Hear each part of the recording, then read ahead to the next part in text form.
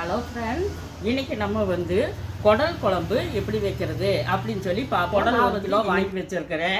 அடுத்தது கொத்தமல்லி தழை, அப்புறம் தக்காளி 4 தக்காளியும் ஒரு 100 கிராம் வெங்காயமும் வெட்டி வச்சுருக்கிறேன்.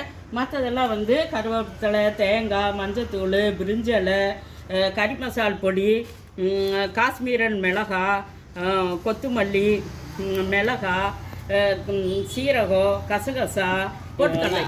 அந்த பால் நல்லா காஞ்சிருச்சு. இப்போ வந்து வரமிளகாய் போட்டுக்கலாம்.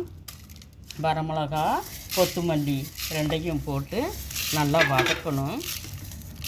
நல்லா வறுபடுறேன். இப்போ இதோட சேர்த்து வந்து பொட்டுக்கடலை, பெருஞ்சீரகம், சின்ன சீரகம் எல்லாத்தையும் சேர்த்து இதோடவே சேர்த்து போட்டு வறுத்தாரு. அதோட வந்து 2 கருவேப்பிலை தலையும் சேர்த்து போடுறேன். அதுவும் சேர்ந்து வறுக்கணும். சவுக்கா வதங்கிருச்சு. இப்போ இதை கொட்டி வச்சுட்டு நம்ம வெங்காய தக்காளியை நம்ம போட்டுருவோம். மல்லி, பொட்டுக்கடலை, சீரகம், பெருஞ்சீரகம் எல்லாமே வறுபட்டுருச்சு. இது கொஞ்சம் காயிட்டு அதுக்கு முன்னாடி இந்த வெங்காயம் தக்காளியும் போட்டு அதையும் சேர்த்து ஒரு தொலாவலாம். அதுக்கு வந்து 1 ஸ்பூன் எண்ணெய் ஊற்றணும். அதையும் சேர்த்து நல்லா வறுத்துக்கணும். சேவங்க வறுத்தணும். இப்போ நல்லா வெங்காயம் தக்காளி நல்லா வதங்கிருச்சு. இப்போ நம்ம வந்து பாத்திரத்தில் மாற்றிக்கலாம். எண்ணெய் 2 ஸ்பூன் எண்ணெய் ஊற்றிக்கலாம். 2 ஸ்பூன் எண்ணெய் வந்து நல்லா வெந்துருச்சு. இப்போ இதில் வந்து நான் மசாலா அரைச்சி வச்சுருந்தேன். அந்த மசாலா வந்து இதில் ஊற்றிக்கலாம்.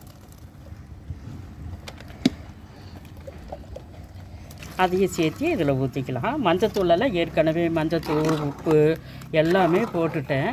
இது வந்து நல்லா கடைசியில் கொத்தமல்லி இலையை போட்டு இறக்கி வைக்கலாம். இப்போ வந்து நம்ம வந்து மூடி போட்டுக்கலாம். இப்போ எல்லாமே போட்டாச்சு. கசகசா மட்டும் நான் போடலை. கசகசாவும் இப்படி மேலே தூவிட்டுக்கலாம். ரெண்டாவது வந்து இந்த கரம் மசாலா நம்ம 1 ஸ்பூன் போட்டுக்குவோம். 1 ஸ்பூனு 1.25 ஸ்பூனு நான் கரம் மசாலா போட்டுருக்குறேன்.